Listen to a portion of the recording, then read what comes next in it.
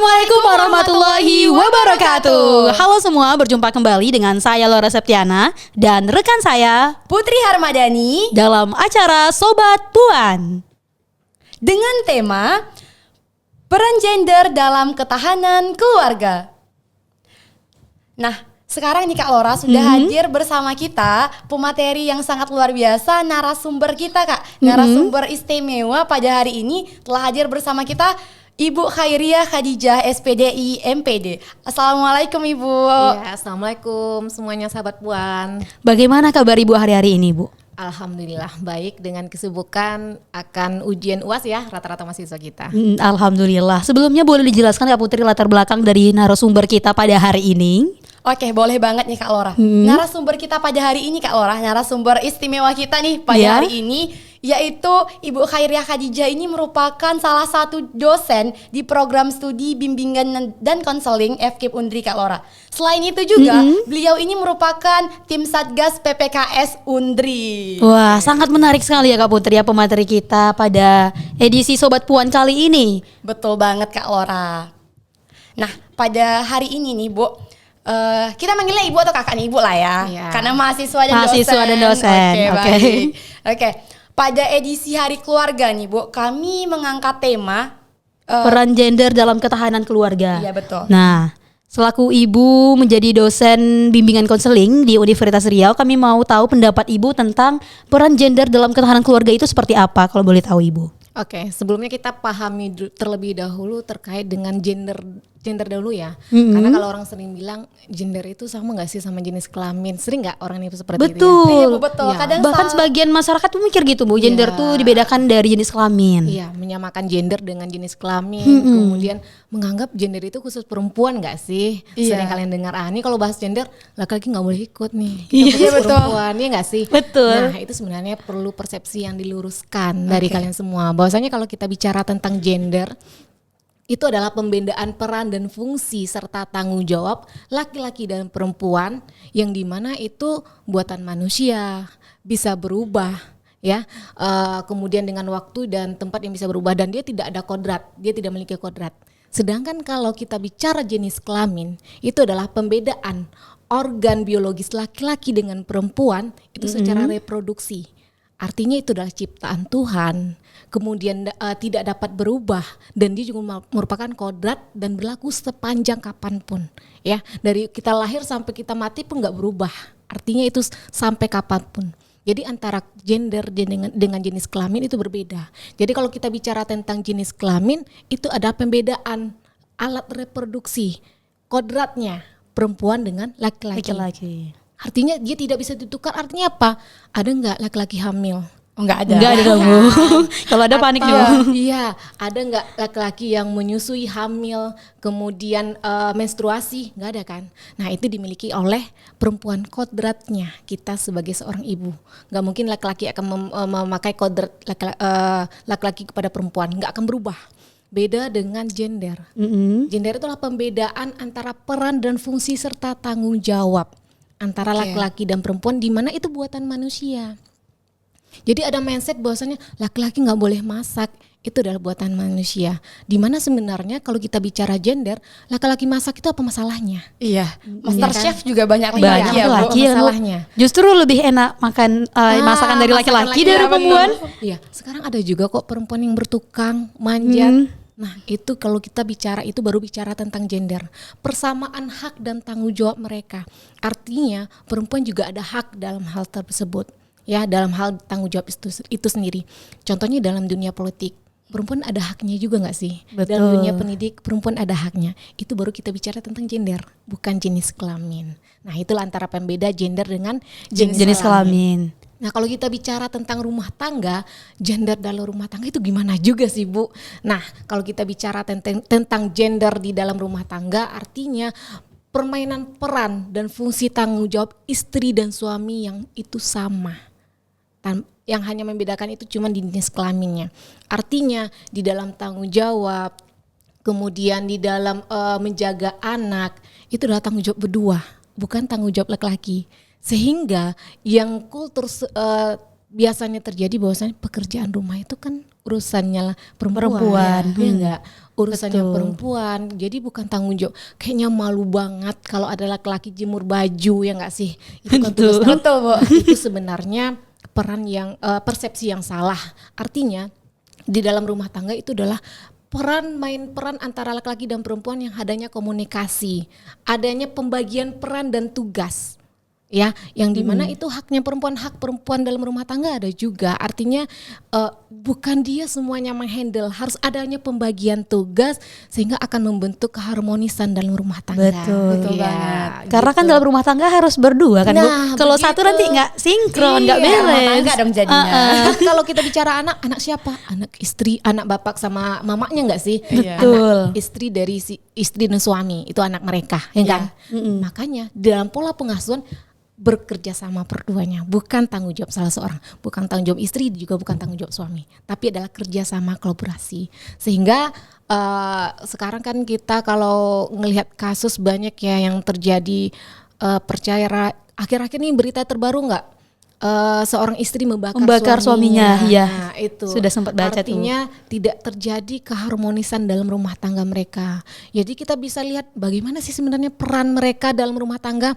Tupoksinya suami apaan, tupoksinya istri apa. Jangan sampai tupoksi itu semuanya diberikan kepada istri sehingga suami hanya cuman bekerja, ya enggak sih? Bukan bekerja tidak berat, cuman dalam rumah tangga itu banyak pembagian peran yang bisa dibagi menurut komunikasi kalian antara suami dengan istri itu sendiri. Berarti itu bisa juga penyalahgunaan atau salah persepsi tentang gender dan jenis kelamin itu tadi kan, Bu? Iya, makanya kalau bicara gender kita harus mengundang laki-laki juga nih sebenarnya, Iya. biar dia tahu bahwasanya kalau bicara gender bukan perempuan Bukan saja. hanya perempuan Betul. saja. Karena peran dan tanggung jawab antara laki-laki dengan perempuan, seperti itu kalau kita bicara gender.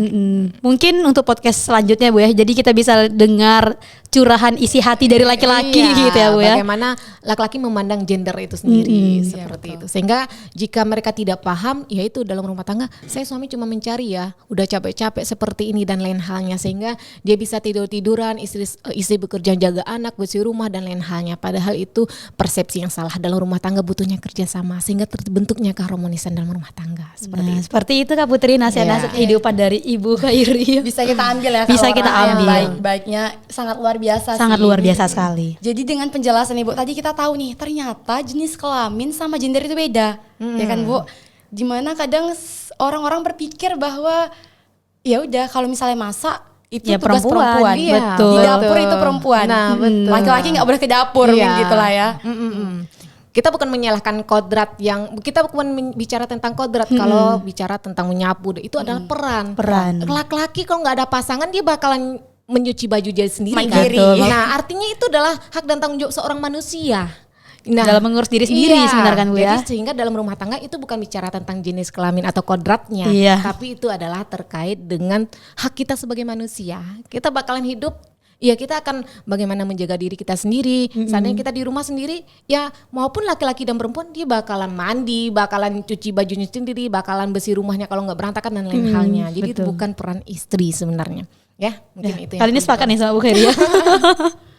ya ini bukan pro kepada perempuan, tapi itu yang harus didudukan antara suami dan istri dalam rumah tangga. Karena Bu sampai sekarang itu masih banyak masyarakat khususnya di kampung-kampung ya, Bu. Kalau seandainya untuk apa sih perempuan itu sekolah tinggi-tinggi nanti ke dapur juga gitu. Dan sekarang pandangan itu masih bertahan sampai sekarang. Nah, kalau menurut Ibu itu bagaimana? Ya kalau pandangan seandainya perempuan ngapain sih pendidikan kayak kalian ya ngapain sih? Ngapain sih kuliah ini, sih? organisasi nih, ngapain gini? Iya. Nanti Bakalan masak nanti juga. jadi kodratnya seorang ibu Iya. juga Iya, nggak sih? betul. Jagain anak dan lain halnya.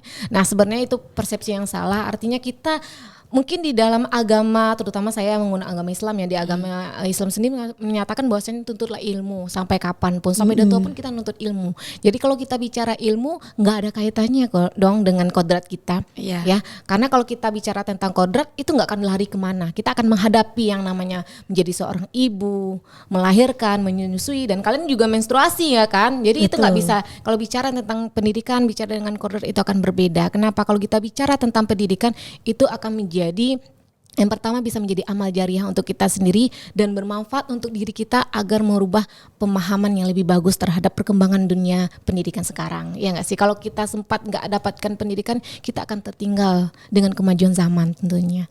Yang ketiga itu adalah manfaat pendidikan. Seandainya nggak bakal kerja, Bu, suami saya udah orang kaya, nanti saya juga jadi istri dan lain halnya. Ya nggak sih? Suami saya punya toko sawit, sarang walet, gitu kan Bu ya. Sawitnya udah berapa hektar ya nggak sih? Nggak perlu lagi. Nggak perlu lagi bekerja. Tapi yang membedakan adalah bagaimana ilmu kita bermanfaat untuk anak dan keluarga kita nantinya. Itu akan membedakan bagaimana kita cara pola mendidik anak, ilmu dalam kita menempuh pendidikan itu juga akan bermanfaat nantinya. Ya nggak sih? Nanti kalian jadi ibu rumah tangga, menjadi bendahara umum di rumah tangga tuh harus ada ilmu. Oh, ilmu ini butuh juga nih kemarin dalam dunia pendidikan, seperti itu. Iya betul. Yang nggak ada yang sia-sia selagi kita mencari ilmu untuk amal jariah dan untuk menjadi kita lebih paham terhadap perkembangan zaman sekarang. Wah, Masya Allah, merinding nih Kak. Aduh, merinding dengar ya. statement dari Ibu Khairiyah nih. Ternyata seluas itu ya Iya, jangkauannya. seluas itu. Iya.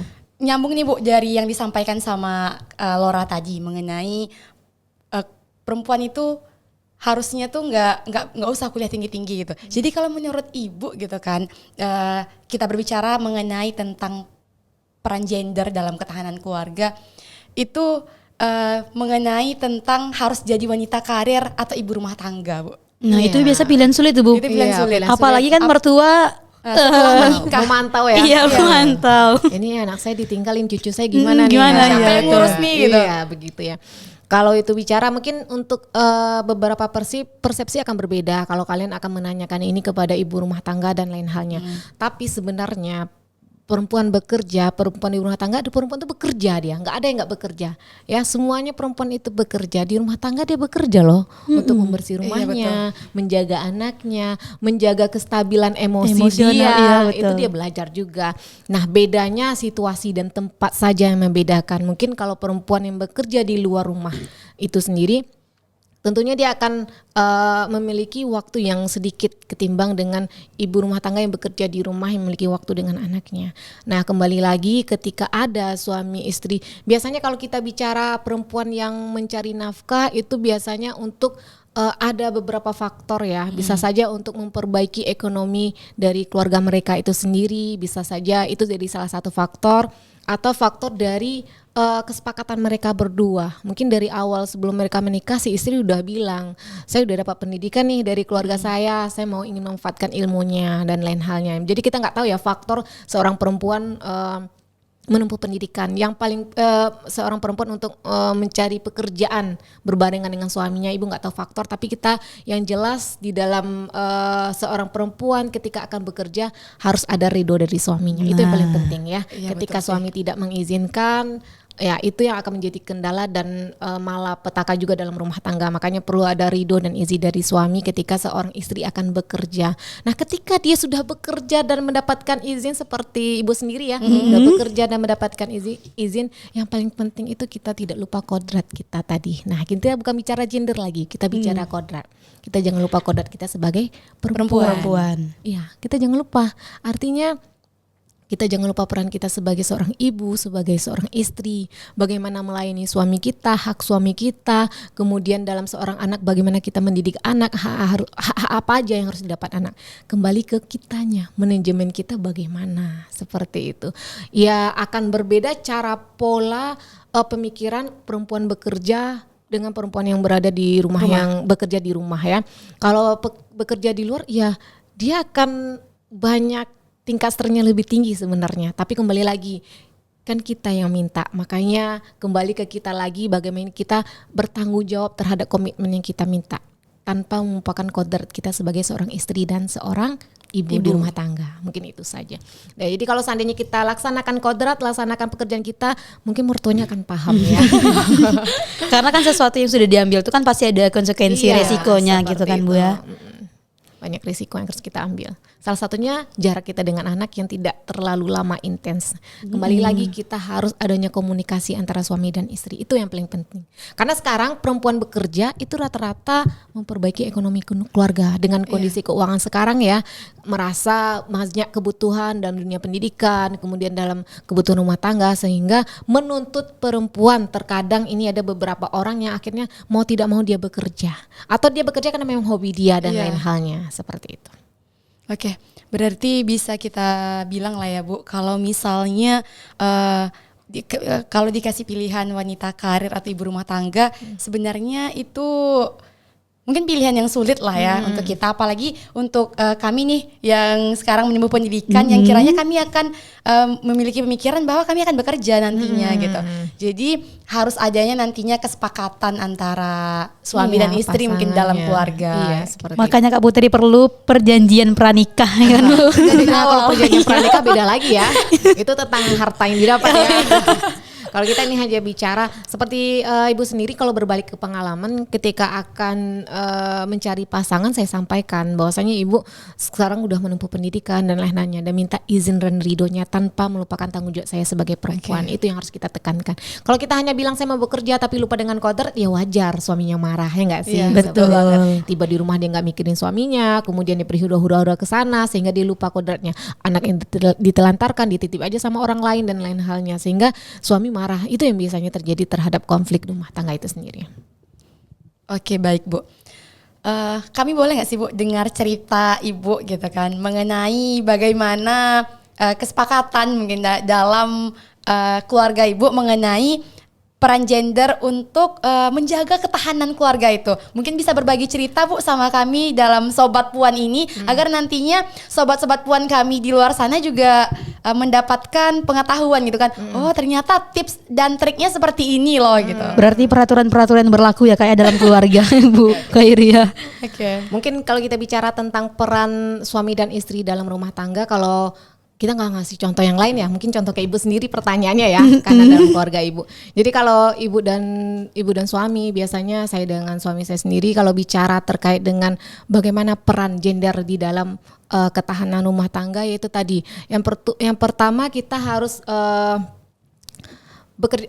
berkolaborasi dalam pengambilan keputusan. Artinya ketika pengambilan keputusan itu ada komunikasi suami dan istri, tapi tetap hasil kesepakatan dari suami. Artinya suami memiliki peran utama dalam rumah tangga. Kita harus menghargai dia sebagai suami, tapi dia tidak melupakan kita sebagai perempuan yang memiliki hak suara juga. Jadi dia mendengarkan pendapat kita terlebih dahulu.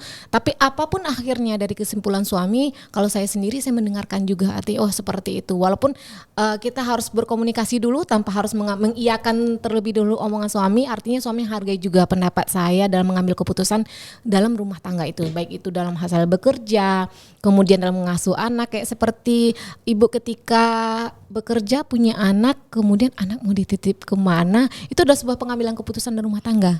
Akhirnya ibu menghubungi suami, sampaikan, kita berkomunikasi. Oh, ternyata kita ingin membebankan keluarga kami, karena kalau kita membebankan mertua, ibu kita sendiri, dia dari kecil jagain kita nggak sih? Betul. Lanjut lagi ke cucu. Makin banyak tugasnya ya Bu ya. Harusnya dia udah stop dong yang namanya jagain bayi, tapi ngapa? Setidaknya dia hanya untuk melihat dan hanya memantau, bukan untuk menjaga. Ya bagian happy aja ya Bu kami ya. sama suami sepakat bagaimana kalau kita menitipkan anak ke sekolah yang rasanya kita tuh tepat. Ya, jadi kami cari sekolah yang tepat. Itu adalah kesepakatan keluarga. Bahwasanya suami pun mendukung. Ternyata anak kalau di pendidikan dia dapat stimulus, dapat pendidikan, cara berbicaranya lebih cepat. Walaupun kita punya konsekuensi anak mudah sakit juga. Ya itu kita harus terima juga. Jadi ada baik dan buruknya itu dari keputusan dan kesepakatan kami harus kita terima juga. Kemudian dalam pengelolaan keuangan itu juga harus komunikasi. Jangan suami ada uang dia diam aja, kemudian istri ada uang dia diam, tapi adalah keterbukaan dalam keuangan. Itu paling penting ya dalam rumah tangga.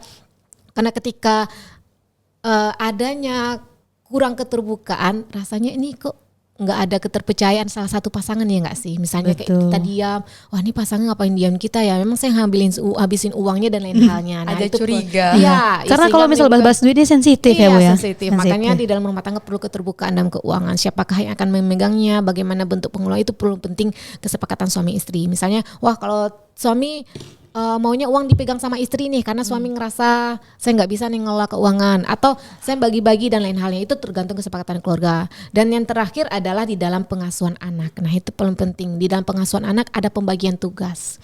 Misalnya ketika Di dalam hal mendidik anak secara emosional kepada ibu, mendidik anak dalam tegas dan lebih kuat itu kepada laki, kepada ayahnya dan bapaknya seperti itu. Ya itu perlu juga pengasuhan anak, kemudian bagaimana menjaga anak di dalam rumah tangga juga seperti itu. Jadi kayak pagi kalau ibu-ibu yang berumah tangga bekerja seperti ibu, kemudian sama suami pagi-pagi itu kita sudah mengatur. Memasukkan baju anak siapa, kemudian memandikan anak siapa, kemudian sarapan pagi anak dan lain halnya, ada pembagian job sehingga terjadi keharmonisan dalam rumah tangga dalam pembagian itu sendiri. Mungkin itu. Berarti balik lagi dari komunikasi, Iya. keterbukaan, saling pengertian, itu kunci harmonisasi dalam rumah tangga. Iya, karena kalau bicara tentang gender kan persamaan tugas dan tanggung jawab. Iya, betul. Makanya perlu ada tanggung jawab dan peran di dalam rumah tangga itu sendiri. Kalau kita bicara tentang gender dalam rumah tangga. Berarti kan itu kan dari dalam internal ya Bu ya. Kalau misal dari segi eksternal, bagaimana Ibu menyikapi kalau seandainya dalam suatu ketahanan keluarga itu ada tetangga-tetangga yang nyinyir gitu. Itu kan sering sekali menjadi problematika yang Iya. tidak bisa dihindari gitu ya Bu. Iya, itu Kalau ya. menurut Ibu itu bagaimana? Ya, tapi kalau seandainya walaupun kita bukannya di desa, di kota Pekanbaru, tapi perumahannya juga dempet-dempet ya nggak sih? Ya, rumahnya juga saling dekat dan saling melihat, banyak yang memantau ya nggak sih? Kalau bagi saya sendiri atau ibu sendiri terkait dengan bagaimana faktor eksternal akan mempengaruhi ketahanan keluarga kita sendiri, itu kembali lagi kalau kita sama suami istri kompak di dalam komitmen dalam menyikapi semua apapun, salah satunya faktor eksternal tadi, tetangga dan lain halnya, itu tergantung dari kita menyikapinya. Ya misalnya kayak ada omongan suami, ketika suami menjemur kain baju di luar, kemudian ada yang ngomongan kok suaminya sih yang jemur baju. Nah kembali lagi, kalau seandainya kita suami istri ngerasa itu tidak hal yang tidak wajar, ya nggak usah didengarkan ya. Kita omongan orang kita terima, tapi kembali lagi kita diberikan otak untuk memfilternya. Mana yang ngerasa ini baik untuk saya, mana yang tidak. Karena kita juga tidak boleh mencuekkan orang lain. Artinya saya nggak pernah akan mau mendengarkan orang lain, itu salah. Terkadang kita baik juga dinilai orang lain tanpa kita sadari, oh saya salah ya, saya gini ya. Makanya kita perlu juga menilai orang lain. Makanya omongan orang lain butuhnya otak untuk memfilternya. Sehingga kita, oh ini butuh untuk saya, ini tidak butuh sama saya. Kalau seandainya faktor eksternal itu memberikan masukan baik untuk keluarga, masih bisa kita terima untuk suami dan istri. Tapi kalau mempengaruhi, ya jangan kita terima. Contohnya, kita menanam pohon di rumah kita, kemudian pohon itu berserakan daunnya ke rumah mereka. Kemudian dia ngomong gak sih, ini pohonnya kok daunnya sayang nyapu dan lain halnya, dong tumbangin dong. Itu wajar, harus kita terima. Artinya kita mengganggu orang lain dengan kesenangan kita terhadap pohon yang kita tanam. Seperti itu tuh artinya kita harus menerima juga omongan orang lain. Akhirnya suami dan istri harus menyikapi bagaimana, apakah menembangnya atau menyapu setiap paginya, seperti itu. Ya, itu pernah terjadi dengan saya sendiri, akhirnya saya tebang karena sibuk ya, pagi nggak sempat nyapu ya, daripada menjadi permasalahan dengan faktor eternal sehingga mengganggu kita dalam rumah tangga jadinya gak sih. Kalau seandainya kita nyuri stres, ini bosan juga nih ngomong sama tetangga, suami lagi capek juga, ngapain sih omongan tetangga terus yang denger nih, nah kayak itu akhirnya kan terjadinya perdebatan, Iya, marah, keretakan. ya kan? Faktor eksternalnya, Faktor makanya eksternal. dicari solusinya. Makanya kita sama suami istri perlu berkomunikasi ya. Ada yang orang tipenya sama suami istri ketika malam berkomunikasi menceritakan apa saja yang perlu, karena di dalam menikah suami istri komunikasi itu ada 75%. Jadi sering komunikasi ya enggak, pagi komunikasi, malam juga komunikasi, sehingga perlunya dijaga komunikasi yang baik antara suami dan istri dalam rumah tangga itu sendiri. Nah seperti itu Kak Putri. Baik. Peran gender ya, suami dan istri. Kalau di keluarga Ibu sendiri, ada nggak sih Bu pembagian peran bukan hanya dari suami dan istri, tapi melibatkan anak juga? Di dalam peran? Ketahanan keluarga Dalam tadi. ketahanan keluarga. Peran gendernya. Oke, jadi melibatkan anaknya maksudnya seperti apa ini? Semisalnya anak ini kita buat sebagai misalnya untuk kalau misalnya air ini habis isi ya Kak gitu. Ada tugasnya masing-masing pembagian gitu. tugasnya ya. sebagai- Diberikan tanggung jawab gitu. Ya, mungkin kalau ibu sendiri anak usia ibu masih TK ya, jadi mungkin peran dan tanggung jawab anak dalam rumah tangga belum ibu mainkan terlalu banyak, karena mungkin ada tapi tergantung dari mood si anaknya ya. Karena anak kecil nih moodnya Iya, ada, mood-moodan. moodnya tidak ada gitu. Seperti kalau ibu bukan memainkan dia ada peran dalam rumah tangga, tapi lebih kepada peran suami istri di dalam pengasuhan anak. Jadinya ketika kita mengajarkan anak untuk menyuci piring, menjaga rumah, itu adalah pola pengasuhan, memberikan edukasi yang baik kepada anak dalam rumah tangga. Tapi belum memainkan peran dia di dalam rumah tangga. Karena bagi ibu di dalam rumah tangga itu peran suami dan istri saja terlebih dahulu. Kenapa? Karena merasa anak itu masih belum bisa masuk di dalam peran dan suami istri dalam peran rumah tangga itu sendiri. Ketimbang mereka mungkin sudah besar ya, itu kita akan lain beda cerita. Tapi kalau sekarang ini peran kita bagaimana memberikan edukasi kepada dia terkait dengan pola pengasuhan. Jadi kayak menyuruh mengajarkan mereka nyuci piring, kemudian sopan dengan adiknya. Itu adalah pola pengasuhan suami dan istri di dalam sebuah rumah tangga. Ya, bagaimana anak ketika dia menyapu kita kasih reward, kemudian dia tidak bertengkar dengan adiknya kita kasih reward, kemudian ketika kita misalnya kayak ketika ibu pulang kain udah berantakan, rumah belum bersih, yaudah si suami nyuci kain, nyuci piring, ibu nyuci kain dan bersih rumah dan berbagi, dia juga ikut karena ngeliat kita tadi. Iya. Nah, kayak kalau ibu di rumah tangga kayak kalau kita di rumah tangga ya biasa suami misalnya, udah pulang sore, yaudah rumah lagi berantakan. Kita bagi, kain udah numpuk, ibu nyuci kain, ibu bersihkan kamar, bersihkan rumah, nanti suami nyuci piring sama buang sampah, seperti itu. Jadi anak ngelihat, anak jadi contoh. Uni juga mau ya kalau seandainya Uma bersih kamar ikut juga, walaupun kita tidak memaksakan dia harus bersih karena dia bakalan nggak bersih, tapi semampunya dia saja. Kemudian kita hargai, bentuk penghargaannya nggak kita gantiin lagi, karena ada tipe orang tua dibersihinin lagi ya. Kalau ibu biarkan dulu, nanti setelah itu baru dikasih tahu geser dikit ya biar lebih rapi kasurnya dan lain halnya. Mungkin belum di usianya mereka. Mungkin itu kalau kita bicara tentang anak di dalam peran gender. Oke. Kalau ini Bu, kalau peran media sosial, sekarang kan itu kan marak tuh tentang kasus-kasus perselingkuhan yang menggunakan aplikasi ojol dan lain sebagainya. Jadi muncul kecurigaan antara pasangan bahwasannya kita itu perlu loh tahu password media sosial masing-masing gitu. Karena aku tuh nggak percaya gitu loh sama kamu. Karena melihat kan berbagai teknologi, perkembangannya dan beragam cara yang dilakukan supaya tidak ketahuan. Kalau misalnya menurut Ibu itu mempengaruhi nggak tentang ketahanan keluarga? Ya, kalau kita bicara tentang media sosial sekarang, mungkin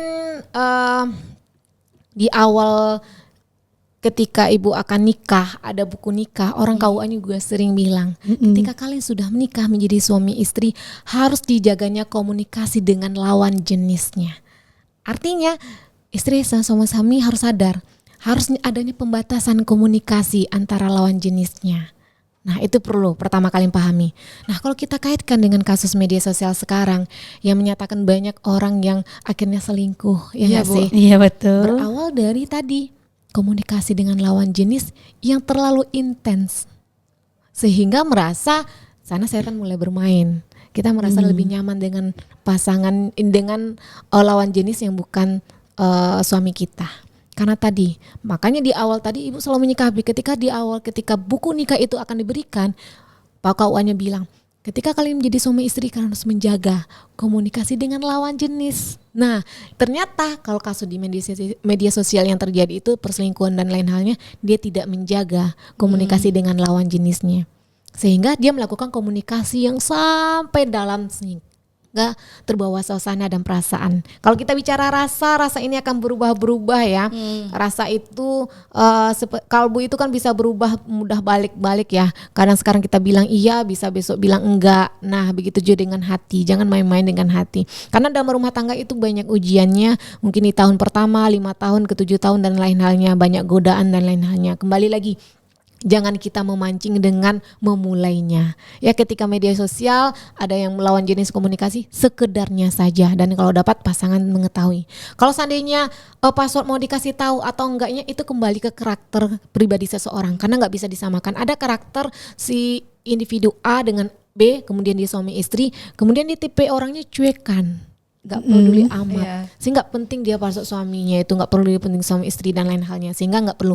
Tapi ada karakter suami istri yang si ceweknya ini nggak bisa nggak dijaga nih. Kalau nggak dia kebablasan terus, nggak apa harus dihandle dan lain halnya. Jadi kita kembali lagi ke karakter kita. Kalau bicara tentang suami istri nggak bisa disamakan. Suami A, suami B, suami C nggak bisa disamakan. Kenapa? Karena dia adalah individu yang berbeda-beda yang diciptakan oleh Sang Pencipta seperti itu. Masya Jadi kita Allah. kenali karakternya terlebih dahulu. Berarti balik lagi ke kepercayaan, komunikasi sama karakter nih Kak Putri. Iya, udah tahu karakter suami kita pemarah, lagi dia emosi kita mancing juga. Nah, itu cari masalah loh itu.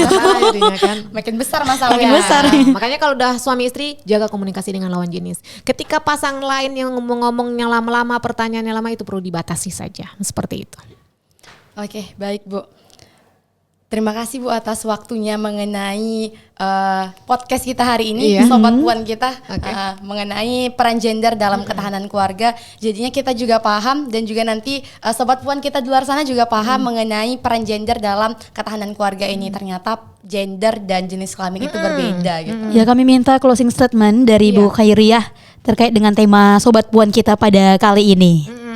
Oke, mungkin kalau kita bicara tentang kesetaraan gender dalam rumah tangga, kita harus memahami terlebih dahulu bagaimana peran dalam rumah tangga dimainkan oleh suami istri, kemudian bagaimana komunikasi yang baik antara suami dan istri untuk menjaga ketahanan dalam rumah tangga, kemudian bermain peran. Jadi peran itu penting dijelaskan antara suami dan istri dalam menjaga ketahanan keluarga, kemudian komunikasi untuk menjaga keharmonisan sehingga terciptanya kesehatan dalam keluarga yang lebih sehat dan lebih harmonis seperti itu. Mungkin itu saja. Oke, baik. Terima kasih banyak Bu atas waktunya. Semoga nanti kita dapat Berjumpa kembali. di podcast-podcast selanjutnya Oke, terima dalam kasih. agenda podcast selanjutnya Sobat Puan kita. Sobat Puan lagi. Oke, terima kasih Sobat Puan semuanya. Oke, mungkin itu saja podcast kita pada hari ini bersama saya Putri Harmadani dan rekan saya Laura Septiana. pamit undur diri. Wassalamualaikum warahmatullahi wabarakatuh. Sampai jumpa.